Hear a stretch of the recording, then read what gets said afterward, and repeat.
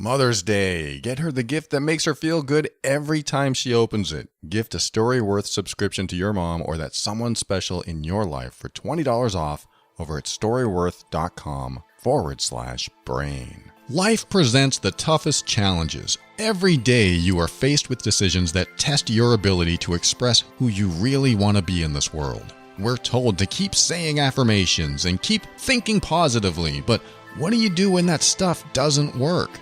Welcome to the Overwhelmed Brain, where you'll learn to make decisions that are right for you so that you can create the life you want now.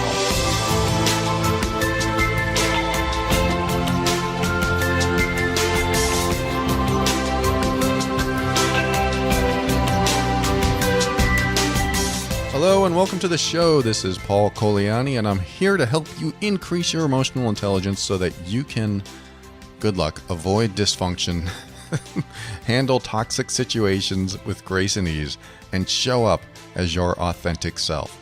Everything I talk about on this show is my personal opinion and is meant for informational and educational purposes only. Always consult a medical or psychological professional before making any changes that could affect your physical or mental health. Good luck. I just meant it's hard to avoid dysfunction. It's hard to avoid people that come into your life and cause some sort of havoc, some sort of mayhem. And I think personal growth, the part of the journey is preparing yourself for those people. Maybe that's all it is. No, it's not. I mean, it's self-growth, self-help.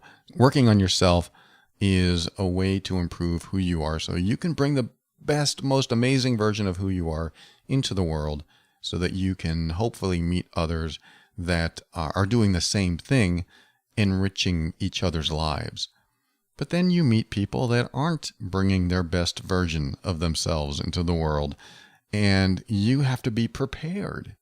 Well, you don't have to be, but I think it's a good idea to be prepared for these people that show up in your life so that when they give their dysfunction, when they show their dysfunction, their toxic ways, or whatever they're doing that makes life a little less pleasant for you, then you know a way out of the path of destruction that could happen.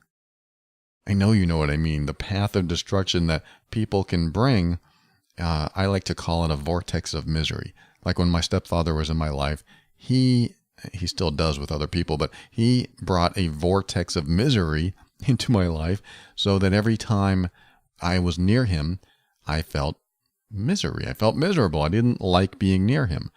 And it took many decades of learning and growing and healing, and this past decade especially, of getting to the point where if and when he shows up in my life today, I'm prepared. I think it's a really good practice to prepare for these people instead of always trying to avoid them.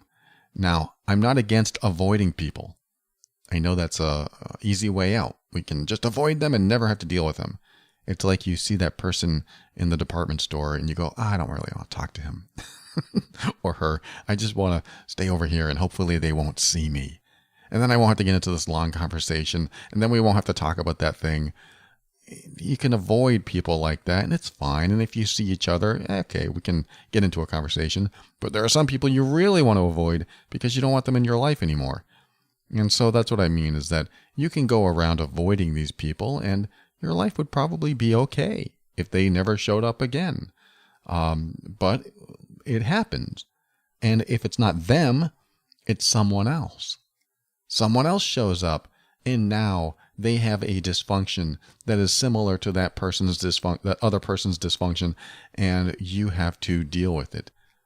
So I've found it to be easier to improve myself in ways to be prepared for these people that bring dysfunction, that bring toxic behavior into my life, so that when I meet someone like them or someone with the similar behavior in the future, I know how to handle it. I can be okay with it. I won't leave with this rotten feeling inside, this misery inside. I can leave feeling pretty darn good about how I handled that situation. That's why I do this show. That's why I believe you're listening to shows like this, or looking for material, or working on yourself in ways to help you prepare so that when something comes along and knocks you down or makes you feel miserable, that you know how to get through it, past it, and maybe not feel bad at all one day. There's a point where you don't feel what you felt before when certain people enter your life. And I hear this from clients and people that write to me saying, so-and-so has been in my life for this many years, and every time he or she shows up, my day goes to hell. Or, I just have the worst time and I don't know how to deal with it. And so that's why I hear often that I just want them to stop doing this. I just want them to change. I just want them to do something different. I just want them to move. Or one recently, I just want them dead. I heard this, and it was in the Facebook group that I run, the Overwhelmed Brain Empowerment group. And hey, that's honest. I just want them dead. That's expressing yourself. That's what is probably inside of you sometimes. You just want somebody. And these are the thoughts that we have when we have no tools, or very few tools, to deal with people that walk into our life. At least the toxic people, the dysfunction that people can bring into our lives. When we don't have those tools and these people show up, we just want them to do something different or disappear. Instead of looking inward and saying, you know what, I need to work on something in myself so that when I face someone like this in the future, I don't have to have this whole rigmarole around it. I don't have to think too hard. I know what to do because I know my values. I know my boundaries. I'm not afraid to uphold my values or defend my boundaries. I'm not afraid to be myself, to be authentic, or at least I'm not afraid to say, hey, you've crossed the line, you need to step back, or whatever words come out of your mouth. When you get to that point and you say, hey, that's not acceptable in my life, you need to, step back, you're crossing the line. And if that person tries to recross the line or doesn't listen to you, you need to be firmer, more assertive.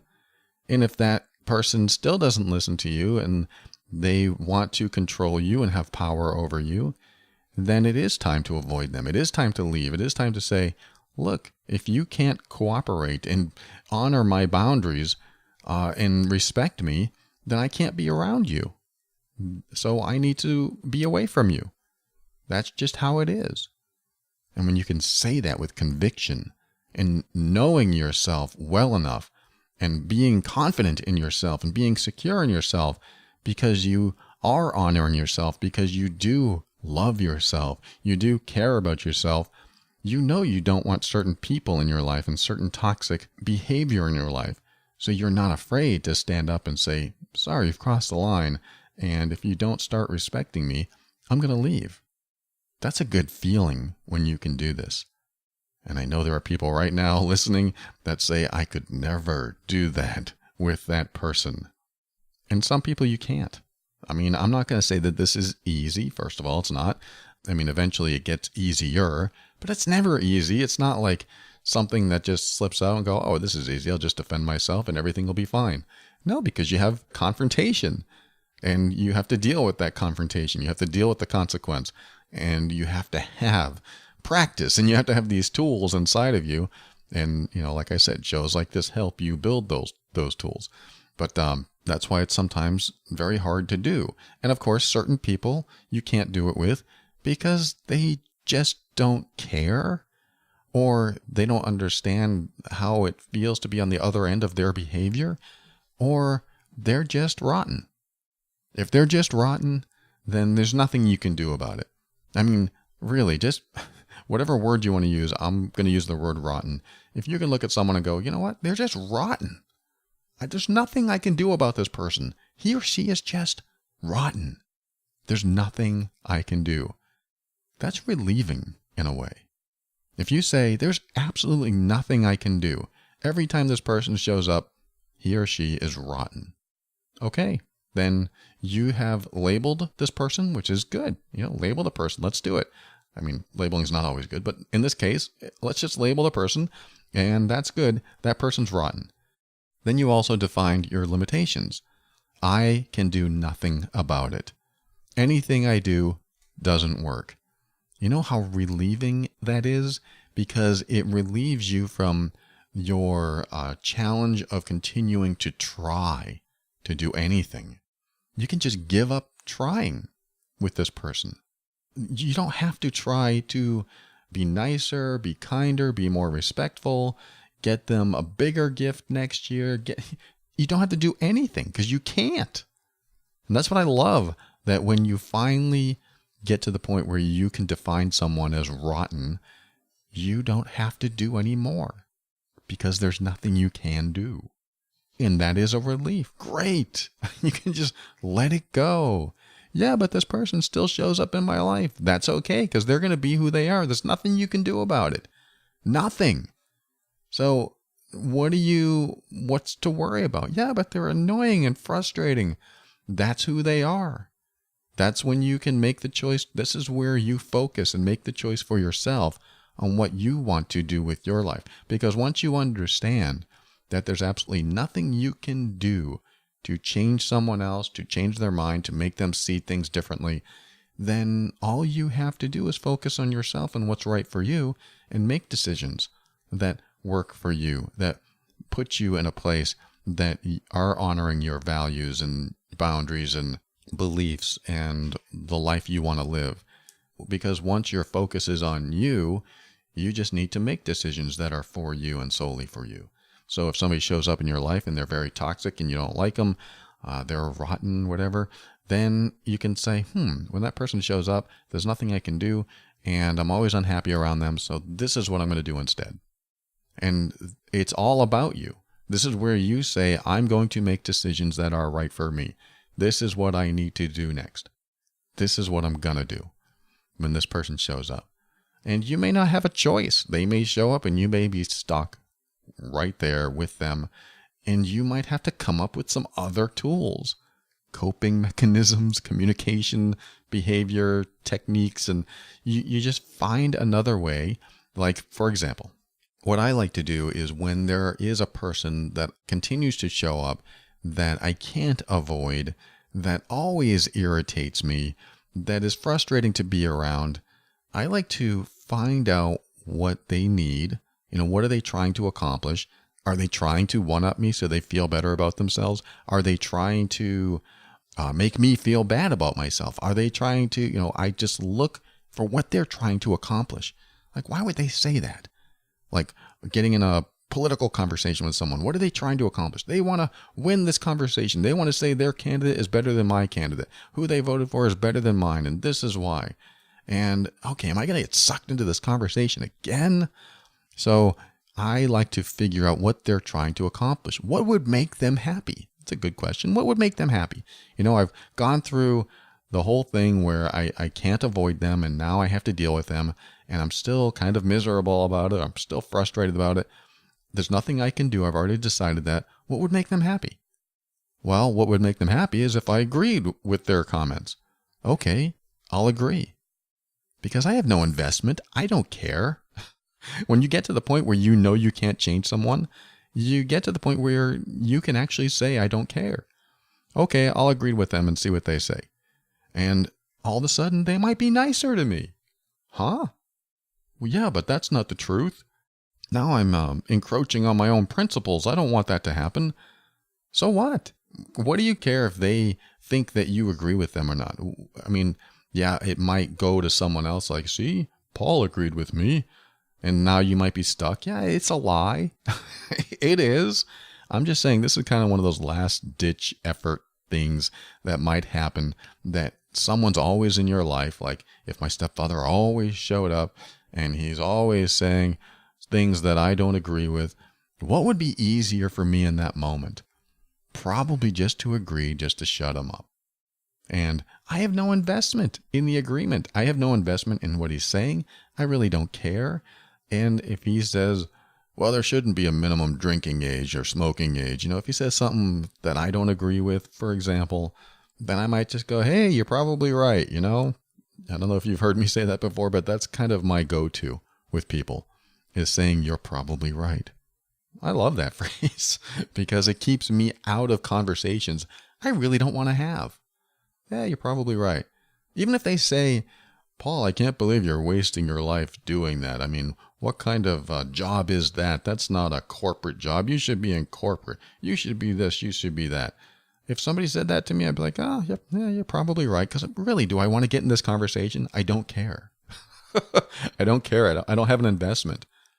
So I really appreciate the you're probably right approach when you're dealing with someone who you know isn't right, you know is kind of toxic, you know is just going to continue badgering you.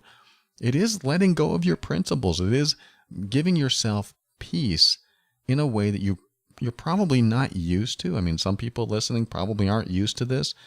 That's a lie. I can't lie. No, you're just appeasing someone for now to make your life easier. Don't make it a habit, though, because some people go all their lives appeasing others. That's people pleasing and not honoring yourself and always letting others step all over you. I'm not talking about that. I'm talking about, okay, I've tried everything with this person. I can't avoid him or her. And what else can I do? I'm just going to agree with them so they go away. So you come up with these mechanisms, these techniques while you're listening, and you ask yourself, what do they want? What do they want from me? And what would make them happy? And when you start learning how they operate, you start pulling the strings. I know that sounds unethical. I know that doesn't sound right. But again, put it in context. This person you can't avoid. They're toxic. You've tried everything and you've finally just given up. Now it's time to get some of your power back, and you might have to pull some strings, but not in an evil way, just in a way that doesn't make them so frustrating for you, doesn't make them so irritating. It gives you a sense of control in what was once an uncontrollable situation. So when you say, yeah, you're probably right, I should probably go back to corporate, I should get married to that person, yeah, I should have kids, or I shouldn't have kids. Who cares what they're saying? Have no attachment to what these people say. If you have no emotional attachment, if you don't get sucked in emotionally, and you choose to let go of your attachment to being right, and you just realize that this is a moment in time that is completely meaningless with this person, so I'm just going to get through it in any way I can, just to have some peace, that could be one of the ways you do it. Just an idea. We'll be right back, and I have an email to read, and it's about always waiting for the other shoe to drop. So it's a little bit a shift in the topic today, but when you get into a situation when you're with someone and you really can't enjoy the present moment because you're always waiting for something else to happen, it's like, I can't fully be happy because they could do something to make me unhappy. If you're always in that state, the next segment may help you by using some techniques that we can talk about and hopefully get you into a better place so you can at least enjoy some happiness in your life, some fulfillment, which is a good goal to have, I think. We'll be right back.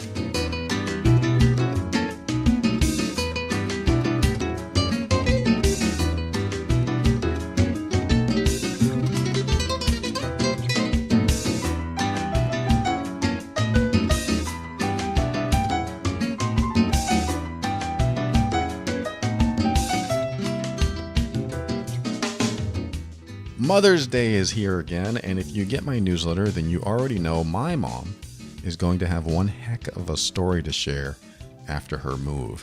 If you didn't get the newsletter, the short of it is she was given 30 days to leave the place she's called home for the last 8 years.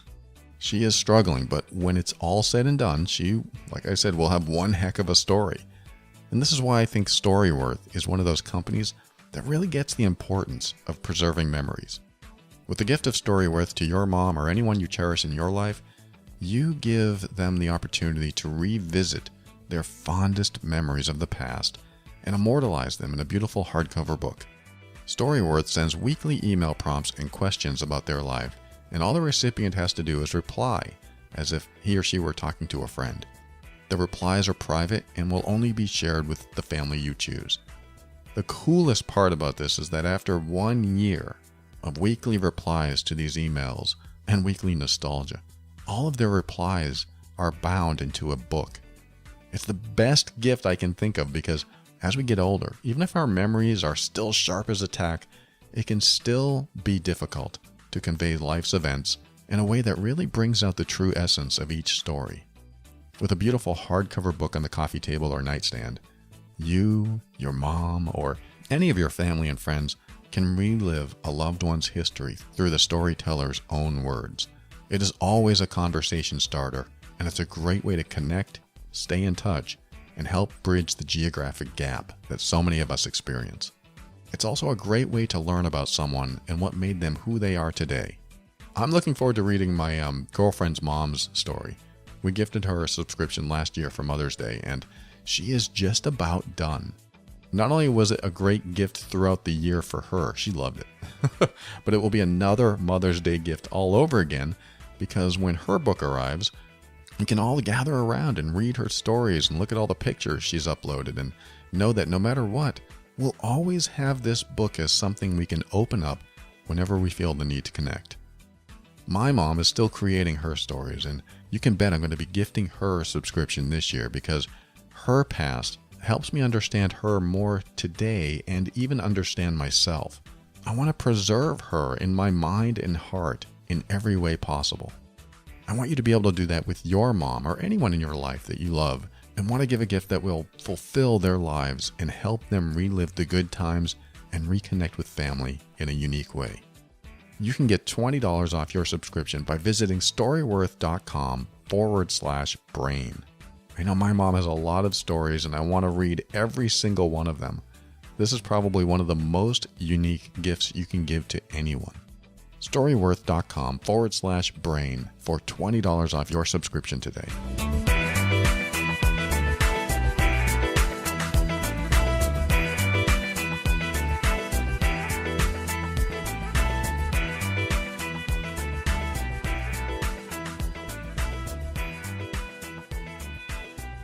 All right, welcome back. Like I said, I have an email to read to you. It's from someone I'm going to call Laura. Laura says, "Hi, I'm emailing because I grew up with an abusive alcoholic father. I haven't lived in the house with him since I was maybe 10, but since then I have only witnessed miserable marriages. My aunts and uncles, my grandparents. Now I'm engaged and I'm constantly afraid of the marriages that I've witnessed. I'm constantly unhappy because I'm terrified and looking for patterns and trying to figure out if my marriage will work. I'm scared of committing because what if I end up like everyone else and I'm stuck? I'm always waiting for the other shoe to drop. Can you provide some insight on this?" Okay, Laura, that's a powerful email. That is very hard to live with, this PTSD of thinking about how marriage is awful and the only marriages you've ever witnessed have been miserable for these people. And when you carry that around with you, yeah, it can be difficult to get past it. One of the things, I have a whole bullet list of items here I want to talk with you about, but one of the first things that comes to my mind is that when we look at someone's marriage and it was awful, and then we see someone else's marriage and it was awful, I want you to take the word marriage out of the equation. Just put that aside. It doesn't even have to be included in this. Because what we're looking at is a relationship where two people got together and decided to continue driving each other crazy. I mean, in a lot of cases, instead of either getting marital therapy, couples therapy, working with each other, taking responsibility, there's a lot of things that you can do in a relationship to try to mend and heal the relationship. There's a lot of communication that can take place in a relationship to make it at least more tolerable, more manageable, for it to get better and better and better. But then there are some relationships that just simply won't work. And like I said, taking marriage out of the equation, we have two people that are making a decision to stay together, whether it works or not. For better, for worse, for richer, for poorer, we get stuck on all these marital vows, which, they're good. I'm not saying they're bad. They're really good, these people that take these marital vows, because there's intention. There's good intention behind it. And when you get stuck on the vows and stop looking at what's happening today and look at the big picture vows and, well, this is how it is. This is how it's going to be. This is what we do. We get stuck on the big picture and the big context, and we say, well, I made a promise and this is how it's going to be, so I'm stuck. This is why I'm asking you, just for fun, just for imagination here, take the marriage out of the equation. Don't look at it as all marriages are bad or the marriages that I've witnessed are toxic. Look at it as those relationships didn't work because those two people decided to continue living with each other, continue being with each other in a way that wasn't conducive to a healthy, happy relationship. Those two people, that doesn't define marriage. That defines those two people. And when those two people cannot figure it out or cannot work with each other, or you got one that's stubborn and one that wants to try, or they both want to try and they continue to, fail miserably. When that is happening with those two people, that's their issue. And they are, they might choose to continue being with each other and continue being miserable. Or maybe one's miserable and the other one's fine. This is the way it is. In a relationship, I think you should both work at trying to work together and be happy and work things out. Yes, absolutely. And marriage can help define, give the guidelines of what you're trying to do. But I think a lot of us use marriage as, oh, now I'm stuck. And it does feel that way because marriage is that legal contract that, once we're in it, now we have to sign a bunch more papers and lose a bunch of money or time or energy getting out of it. It is definitely more of a commitment in other ways. But when we strip the marriage part out and all the legal documents, what we have is a relationship between two people. And today, at least in the U.S., it's pretty easy to get divorced, even though it's costly. Not just money. Your heart, your kids' hearts, your time and energy, and of course the money, everything kind of adds up, because you get assets together, you get a house together. There's a lot of things that can add up, and it can feel like you're stuck, but you're really not. I mean, I don't know how many people I know that have been married and divorced. You're really not stuck. You just don't like the idea, probably, of getting out of that type of relationship because of what you'll lose. Now, I'm not trying to condone divorce here. I'm not trying to condone anything like that. I'm trying to put things in perspective to where you see this as a relationship. And what you have as a relationship and what you've witnessed is a relationship between two people. And those relationships didn't work. But I guarantee you there are people in your life that you can look at that are working, married or not. There are people in the world, when you're out and about, you're at lunch, you see another couple and they're laughing and they're talking, and they could know each other for a couple months or 20 years. And you don't know, but you can see they're getting along. You can see references that relationships can work. But you are attaching marriage to it. I'll make another guarantee. I guarantee you that even if they didn't get married, they'd probably still have the same issues. There might be a different way they approach it, and they might feel a little bit more free to leave because they don't have those commitments, because they tie all these commitments to marriage, which I understand. But you're going to have the same two people with the same issues in the same situation doing the same thing, marriage or not. That's my opinion, of course. But this is how I see it. And this is why it drove me crazy when I was in my 20s or 30s, when my friend said, oh, never get married. Never get married. It's awful. It's going to be miserable. You're going to be stuck. I couldn't stand hearing that stuff. And then I did get married. But I ruined my marriage. I had a lot of personal growth to go through. You have to bring the best version of yourself, and hopefully they're bringing the best version of themselves into the relationship so that when you do run into trouble, you can work through it. You can talk about it. You can get through it. So that's not really my answer for you. I'm just kind of laying that out, that when you have a marriage, don't put the word marriage in there. Don't put the word committed forever. You take these things out. Not that you don't want them, not that they, I don't know, shouldn't be there, should be, take that stuff out. And just look at it as, how can we relate better? How can we get along better? Because the way I look at marriage is marriage amplifies everything that's going on today. You're in a relationship, either you're engaged or not. When you have a plan on being married, if there's any type of emotional trigger or negativity that's going on in your relationship today, marriage usually amplifies it. And the same thing with, oh, this is a great relationship, everything is wonderful. Marriage usually amplifies that too. It just depends on what you let amplify and what you let continue as you go into the marriage. Because if you don't address the problem areas, they get bigger. So I'm looking at all the relationships that you've seen, all the family that you've had that have gotten married, and see that they probably did not tackle the problem areas. They probably just brought them into the marriage hoping they would go away on their own, or getting married would solve the problem. I think everyone listening who's ever gotten married knows that marriage doesn't solve most problems. Marriage usually amplifies problems.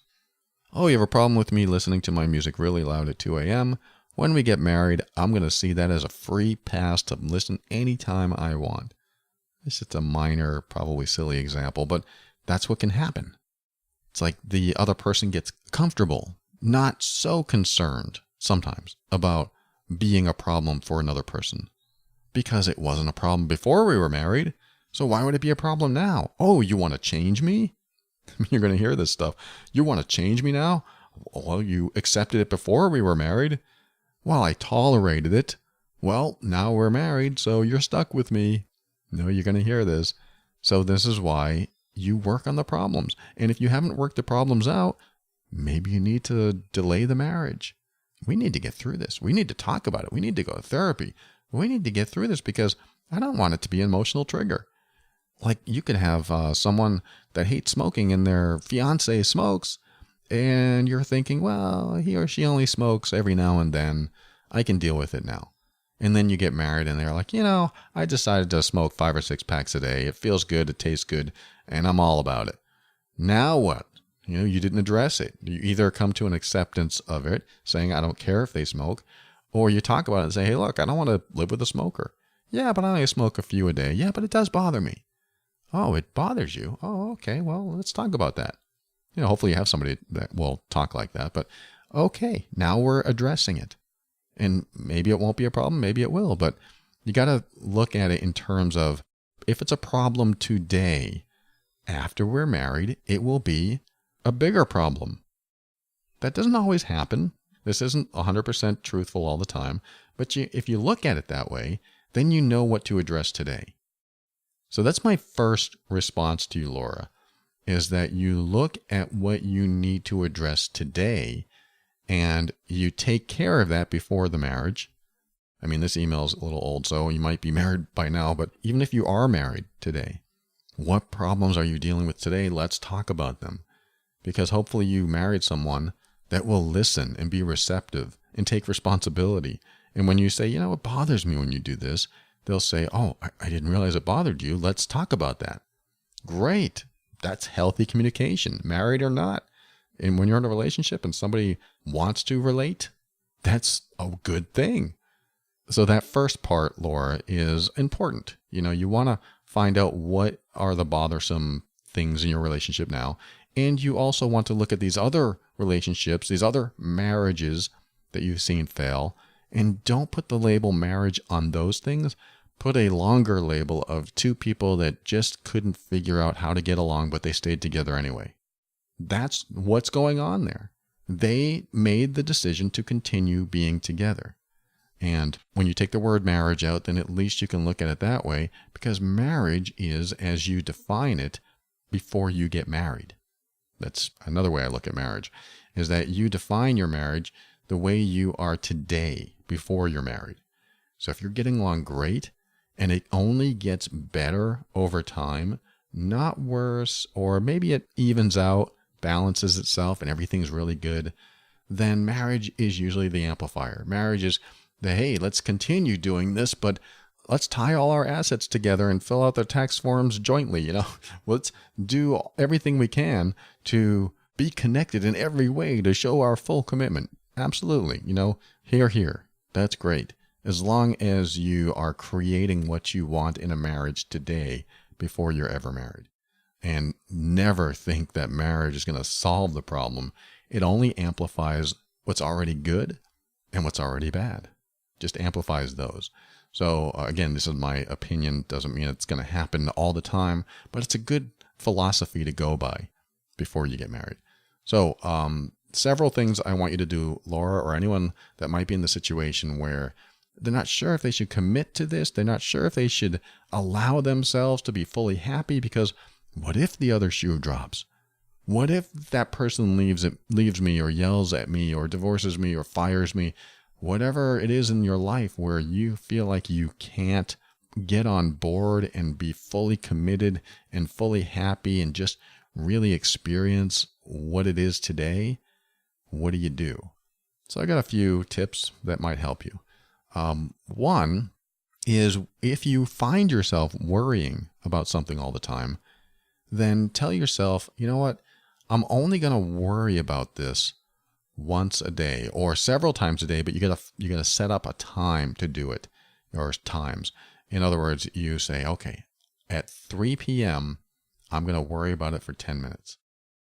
I know this is a little weird, but what you're doing is giving yourself permission to worry. You're not denying it. You're not invalidating yourself. You're not saying, I don't want to worry. I don't want to worry all the time. You're just actually allowing it to happen. You're allowing whatever's in there to come out.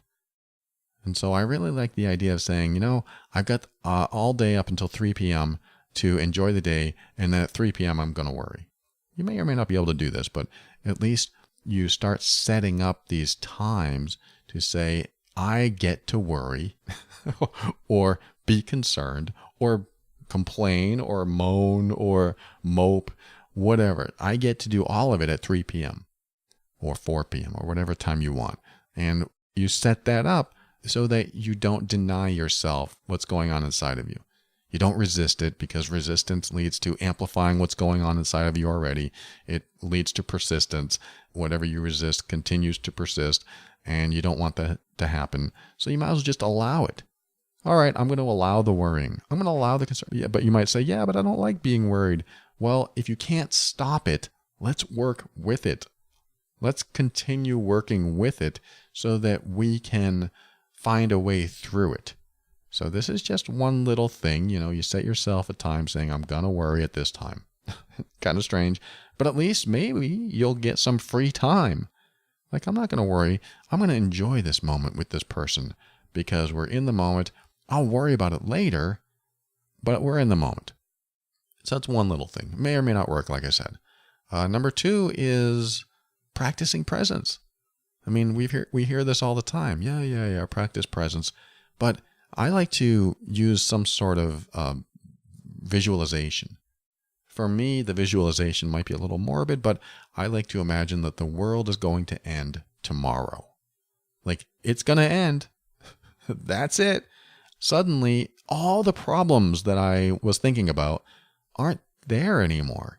Am I going to be able to pay that bill next week? Well, it doesn't matter. The world's going to end tomorrow. Wow, that bill's gone? Wow, how does that feel? How does it feel to be devoid of that bill? That's great. Well, I'm going to have to deal with this person tomorrow. Wait, the world's going to end tomorrow. Huh. That person no longer exists in this scenario that I created, this fantasy. But, if it were real, then, well, now I'm worried, because if the world ends, what's that mean for me? Who cares? You're going to be gone. I'm going a little too far with this. But the idea is, if you want to be present, you can do a visualization like I just did, like that little world going to end thing. But I also like to practice going out into nature. I love nature. Maybe you do too. Eckhart Tolle, he teaches all about, being in the present moment. He talks about noticing every little nuance of a flower, every little leaf, every little vein in the leaf, every different color, every different hue. And having a flower, because it's so organic, because it changes so subtly, and every day you can notice something a little different, it really brings you into the present moment. I like that. I like to use the thought that I just landed here from an alien planet. Like if I just landed on Earth and I've never seen trees, never seen people, but I don't really focus on people, but I've never seen trees, never seen grass. I've never seen the color green. And I look around and I sit in wonder and I'm fascinated and I'm quiet and I look and I smell and I hear and I wonder and I'm curious. And when you're in this space, you can be really present. And then thoughts come. Oh no, tomorrow. Oh wait, the world's going to end tomorrow. Oh, okay. And then another thought will come and then it will go. Because you're still looking at this tree. What is this thing? Why is the texture so rough? What is going on in the ground? There's all of these tendrils coming out from the tree and going into the ground. What is this thing? How does it work? Is it alive? These are one of the many things you can do to be present. I like to do things that actually force me to pay attention in the present moment. For example, I bought a used table saw, and the very first time I used it, I was not practicing presence. I was sort of practicing, but what had happened, I'd never used a table saw until up to a few weeks ago. And I've used power tools all my life, so I figured, table saw, this should be easy. I just sliced a piece of wood like no problem. And when I was done, the piece that got cut on the right caught the blade. And I don't know if you've ever seen a table saw, but the blade is always turning toward you. It's in a table, it sticks out of the table, and you push wood over and it cuts it in half. Well, this piece on the right caught the blade, and it's called, I think, a kickback. And it whipped this piece of wood at me at like 1,000 miles per hour. I don't know how fast, but it hit me so hard. I don't even want to tell you. It was so close to my crotch. It was right there. It was so close. I was alone. My girlfriend wasn't home. And I fell on the ground and I was literally screaming. I was like, I don't even want to say it, but I was screaming and I think I was drooling. It hurt. It hurt so much. And I wasn't sure I wasn't sure if I ripped apart my skin, ripped apart my insides. It just barreled. That piece of wood flew at me so fast. I couldn't react. And it was the very first time I used it. And I was in pain. And so it took a few hours to really settle down, and the bruise came. And then a few weeks later, I had this, and I still have it, this giant bump underneath. And this bump, it feels like a welt, like if you got whipped, and what was left behind is a welt. And I felt that, and I was like, oh my God, what did I do? And I read all the symptoms of internal bleeding, and I wanted to make sure that I wasn't, experiencing anything awful inside. It was my lower abdomen. I think it just like tore some muscle in there or something. So the fibers are rebuilding. But that was shocking. And I read online, what did my table saw do? Is it broken? And I just learned that, you got to be careful. You got to respect the tool and you got to learn to use it right. And so I learned how to use it, and I've been using it ever since. It hasn't happened again. But I tell you what, ever since that moment, I am so present. I am so present with that tool that I can't tell you, I will never think of anything else while I'm using that tool. And I think the term respect really helped me focus. Like, I'm respecting the tool. I'm respecting what it is capable of doing, both good and bad. And since then, I've not had a problem. I've been very aware, very present. And that's just, one of many stories I could tell about, present moment stuff. But since then, like I said, that event forces me to pay attention. And hopefully you don't learn the way I did, but, rolling a wheelbarrow full of stuff around the house, it kind of forces you to pay attention, because if you have those one-wheeled wheelbarrows, it could tip over. It could, you need to push it uphill. You need to do a bunch of things with it. So you're really paying attention to what this thing is doing. Playing a musical instrument, trying to practice something new, really forces you to pay attention. So find something in your life to help you pay attention, because this will help you be in the present moment. All right, that was number 2. Number 3 is don't be afraid to have those hard to have conversations. And what I mean by that is, if there is something on your mind, for example, Laura, the person who wrote the email, Laura, you bring it up and you say what's on your mind. I've had all these marriages in my family fail, and they've been awful. And my dad did this to my mom, and I just picture getting married the worst thing imaginable. So I'm really afraid. You actually say these words. You bring them out. You bring them to the forefront, so they're on the table to discuss, so that you can have a real conversation with the person that you're going to be spending your time with. Because you want to know that you can bring this stuff up and they're going to help you through it, or at least be a good listener and not freak out and go, well, if that's how you feel, I'm out of here. Because if they freak out now, it amplifies in the marriage. It amplifies when you get married, and you got to be careful with this stuff. You need to find out how they respond. Or are they going to be supportive? Like, wow, you really feel that? Well, let's talk about that. Of course I'm not going to betray you. Of course I'm not going to give you any reason not to trust me. But, if you feel that way, where did this come from? Let's talk about this. I would love to have people write to me and say, hey, you know what? I brought up the hard stuff, and my husband or my wife or my girlfriend or my boyfriend actually listened, and they were so supportive. And I've never been this vulnerable with anyone, and I never felt like I could, but I finally chose to be vulnerable with them, and they were so nice and kind and supportive. And I'm just so grateful that I did it.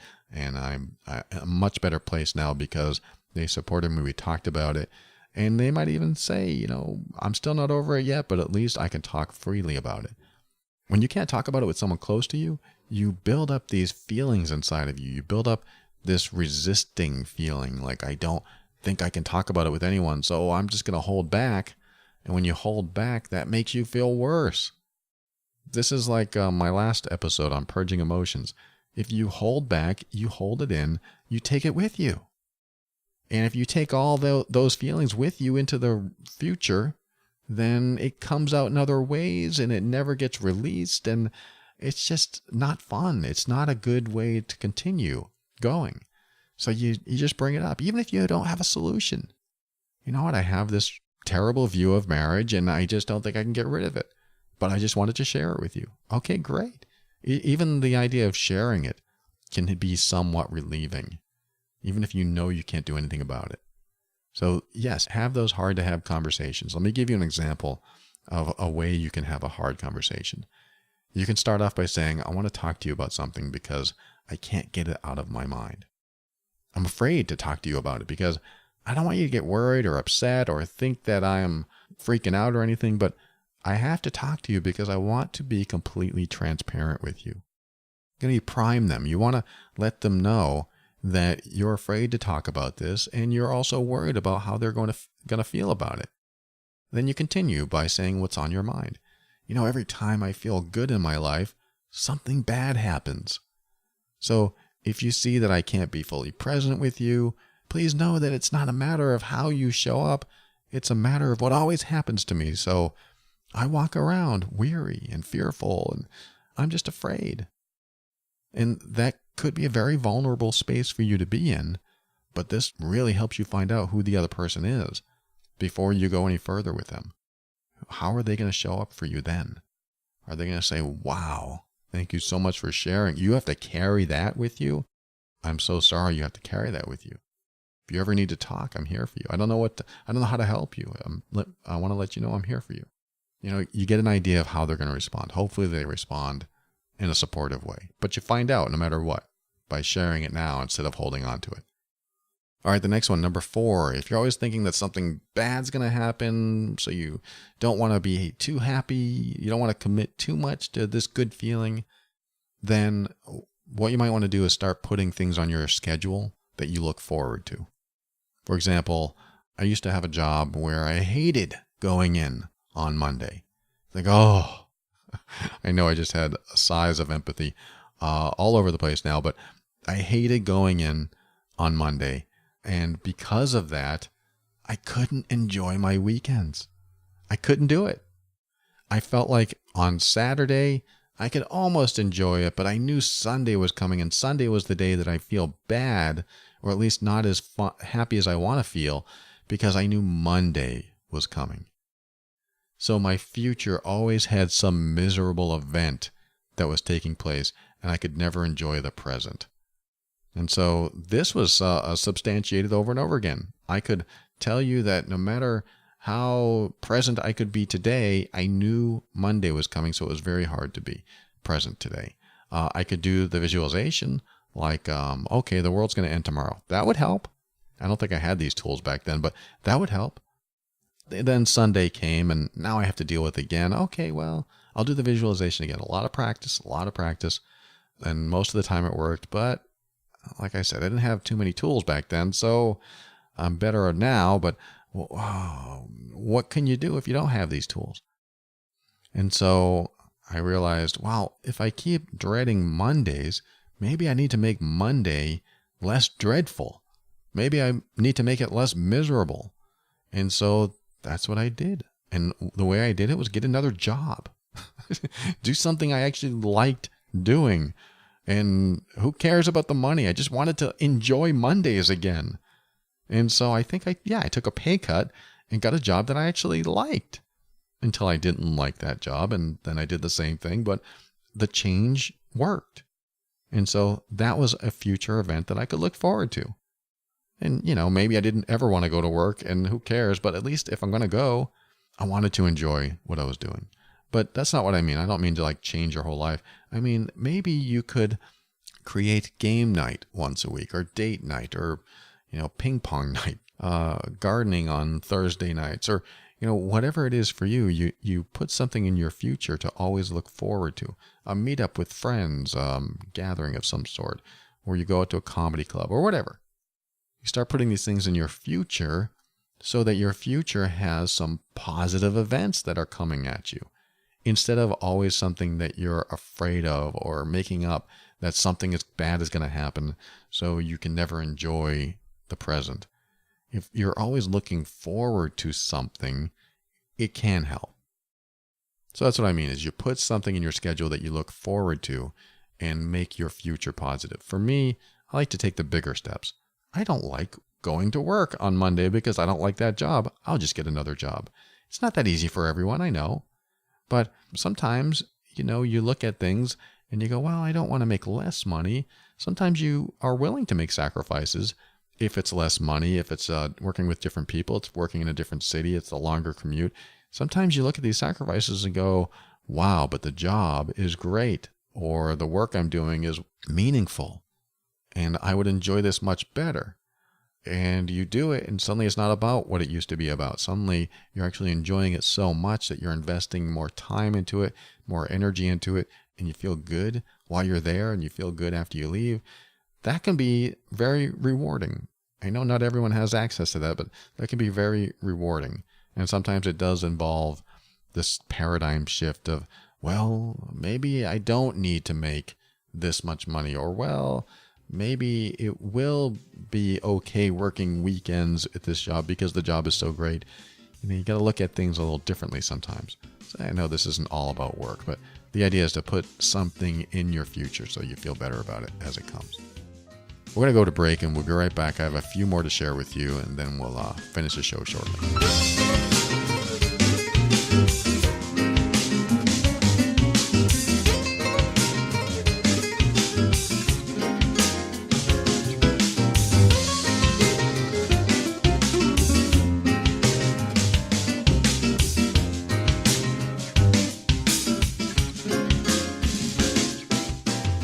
All right, welcome back. If you're always in that space where you think the shoe's going to drop, that's an expression. If you're not familiar with it, it just means that it's hard to commit to something and be happy and fulfilled about it because you think something bad is going to happen or something's going to change. So why commit? Why be fully present with it? Why, go all in?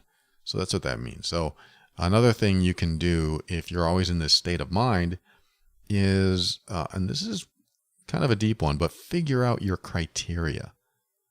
In other words, let's just say that I started working for you.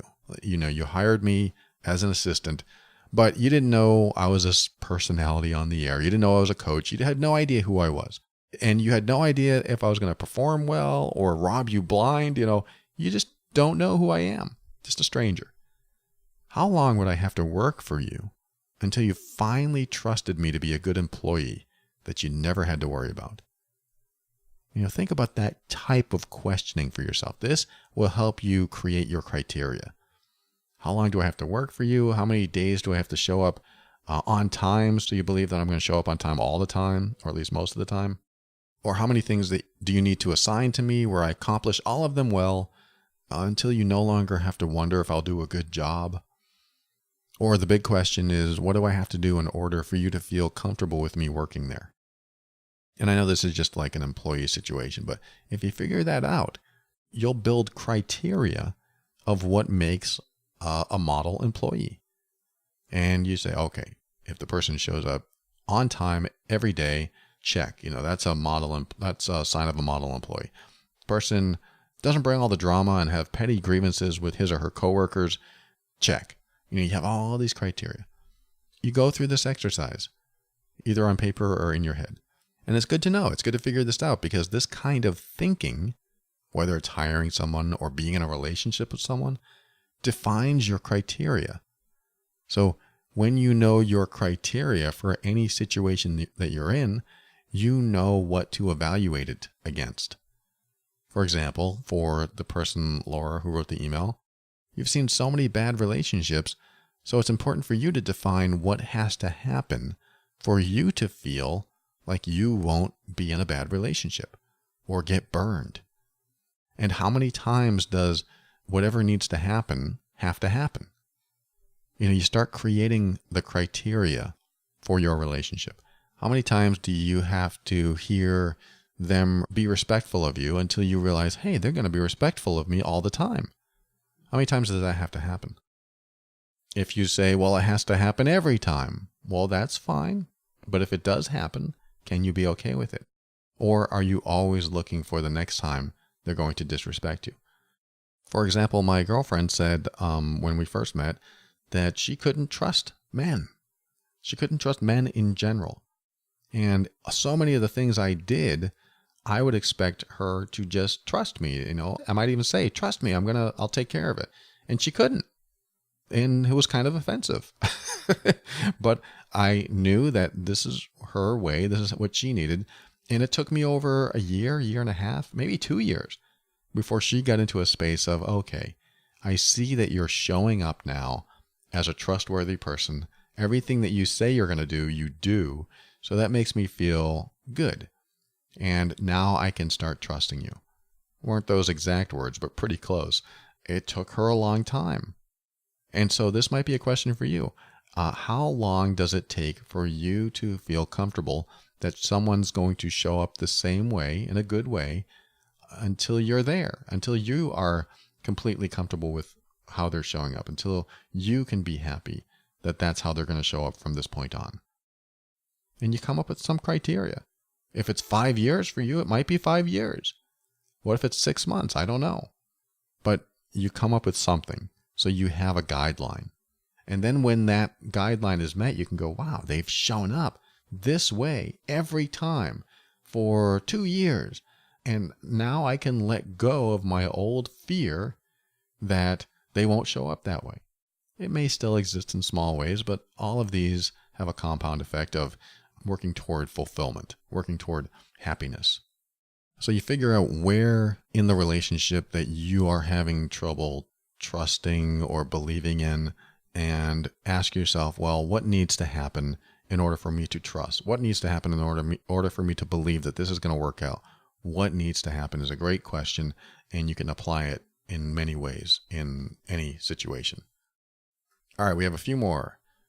Another one is start reprogramming your inner dialogue by reasoning with yourself like a harsh, sarcastic friend. This is an unusual one. I kind of made this up a long time ago, but we'll see where this goes. I mean, I do have episodes on helping you with inner dialogue, because I'm sure you're dealing with that. Just that self-talk. So listen to those, but also start giving yourself crap for giving yourself crap. Okay, I'll explain this. In other words, if you ask yourself, well, what if he decides to leave in a month? What then? What should I fully commit if he's going to leave? You might have a thought like that going through your head, that inner dialogue. I want you to follow it up with, why are you talking like that? Has he given you any indication that he's going to leave? Do you really think he's investing all this time into you just to prepare to leave? Does he really prefer wasting time with people he doesn't care about? It's that harsh, sarcastic tone that you use on yourself to kind of help you see the stupidity of your thoughts. I know that feels like you're calling yourself stupid. It's not the point. And maybe this won't work for you. Maybe this is a little too harsh for you. When I do this stuff, this is what I do. When some thought comes into my mind, like, what if she calls her old boyfriend? What if they start thinking about getting back together? What if he expresses his undying love for her? I might have this harsh, sarcastic tone come in from another part of my brain or wherever and say, what are you talking about? Do you really think she'd buy a house with you if she wanted to get with her old boyfriend? Are you that stupid? So yes, I might call myself stupid. I'm going to use that sarcastic tone and make myself see the stupidity of my thoughts.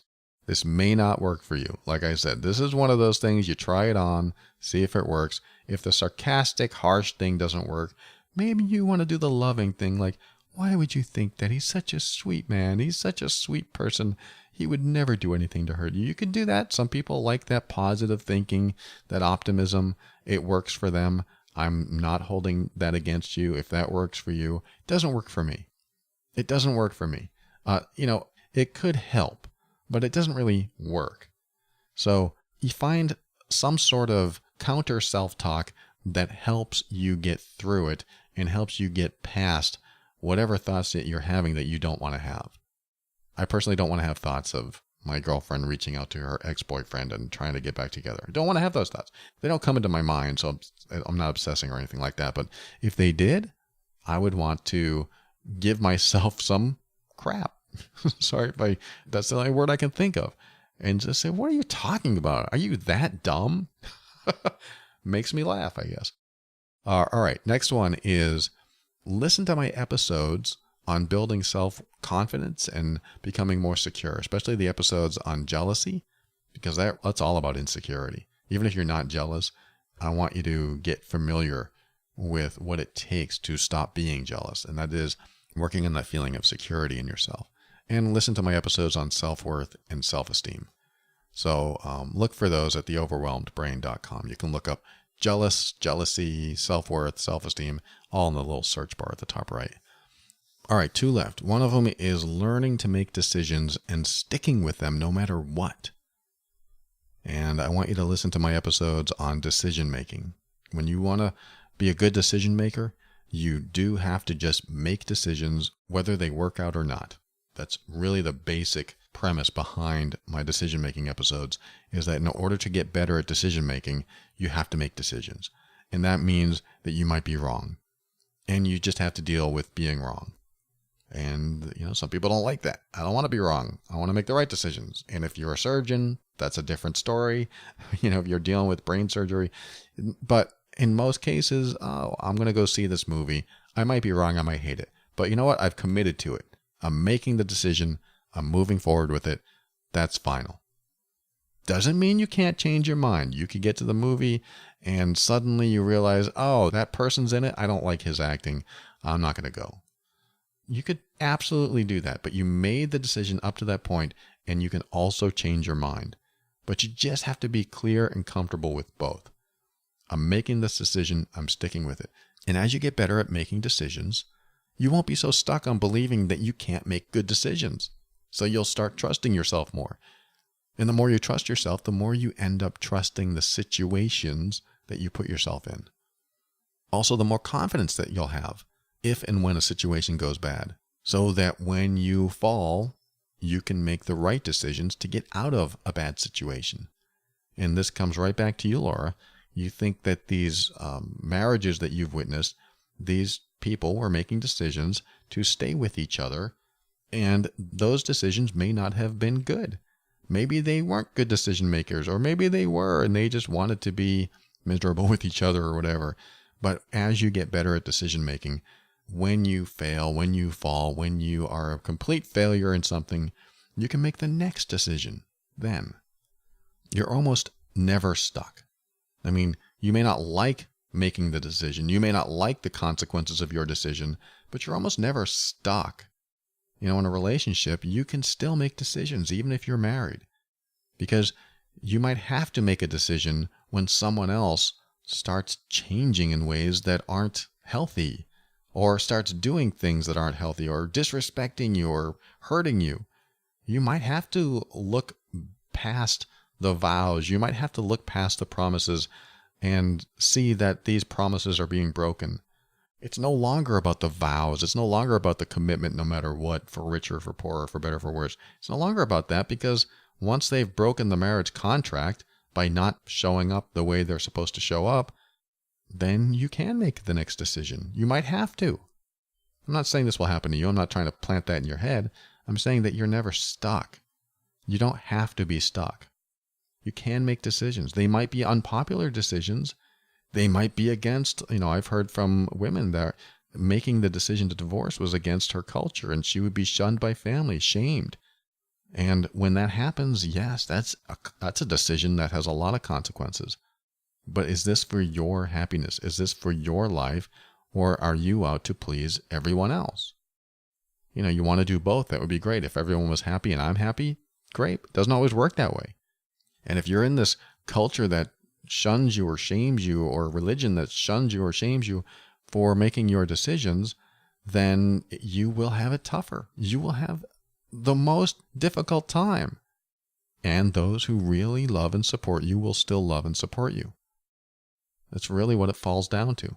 I've heard from people that made bad decisions, married the wrong person, and their family disowned them.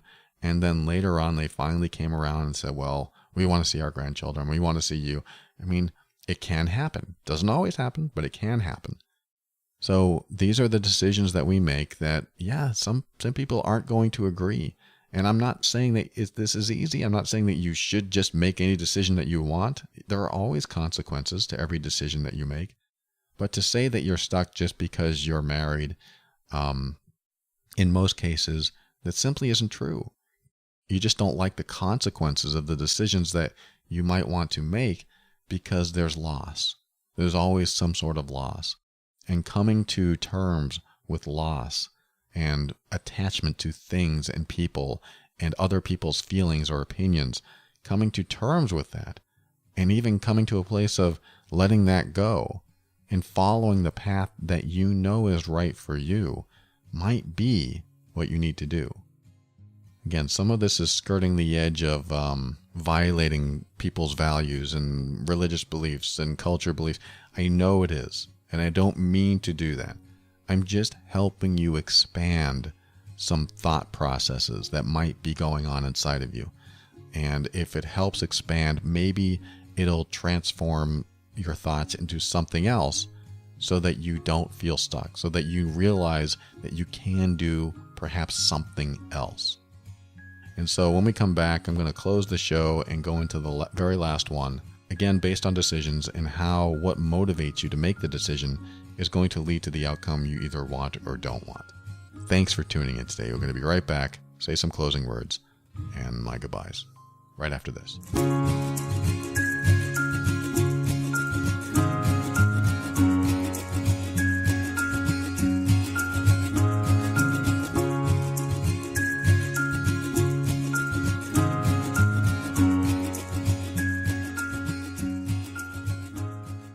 Thank you for listening to another episode of The Overwhelmed Brain. I want to remind you to go to storyworth.com/brain and get $20 off your subscription. And I want you to gift it to someone you love. Mother's Day is right around the corner. And if your mom is not here anymore, maybe someone else's mom or someone else you love, can use this gift. It's a wonderful gift. Storyworth.com/brain. And I want to thank the supporters of this show, patron.theoverwhelmedbrain.com. Thank you, patron members.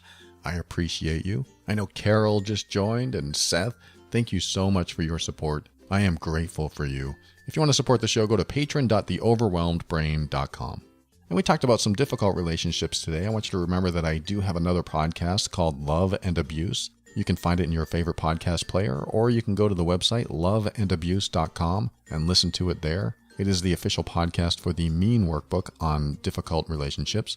And if you have what might be considered a complex or difficult relationship, or you think there might be some emotional abuse going on, check out the Mean Workbook over at loveandabuse.com. And the 200-point assessment will highlight and pinpoint exactly what's going on in your relationship.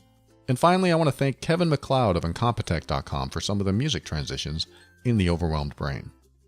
And like I said, I want to talk about the very last technique on helping you get over the thought of waiting for the other shoe to drop, because that's a very anxiety-inducing state, waiting for something to happen and not really being able to fully enjoy yourself, like not being able to enjoy the weekends, having time off, being in the sun, being with friends, enjoying myself, but not really fully into it because I knew the shoe was going to drop. I knew that it was going to be another miserable Monday.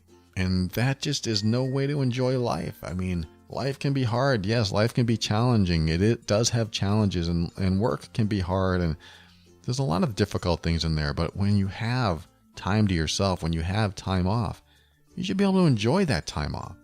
So one of the last items I want to mention is when you make decisions, and I just talked about this in a recent episode, so if this is repeated information, good. Get it down. When you make decisions, base them on what you want instead of what you fear. When you move toward something you want, you end up making decisions that line up with your values and overall happiness. When you're making decisions based on what you fear, you usually end up pleasing others and trying to control situations to work out in your favor, but you usually end up unhappy or less happy in the process because what you truly want isn't being pursued because you fear. It's usually a fear of losing what you want, so you might spend your time always planning for the worst, hoping for the best, and getting just enough to keep you going, but not enough to be fulfilled. I mean, there are times to plan for the worst. I absolutely agree. But don't let that mindset be your only motivation to create happiness. You can plan for failure by increasing the confidence that you have in yourself so that when you do fail, you can get back up and be wiser for it. So instead of falling and feeling like you're too weak to continue, when you build that confidence up, you know that if you fall, you will rise. In my opinion, personal growth work requires you to be self-sufficient enough that if and when you're on your own, when you're alone, you can get along just fine. Then when somebody does enter your life, you can share this amazing, always improving version of yourself with them. And they'll love what they see, and they'll want to share their amazing version of themselves with you. And when that happens, you have a powerful, long-lasting relationship because neither are reaching out to each other for a lifeline.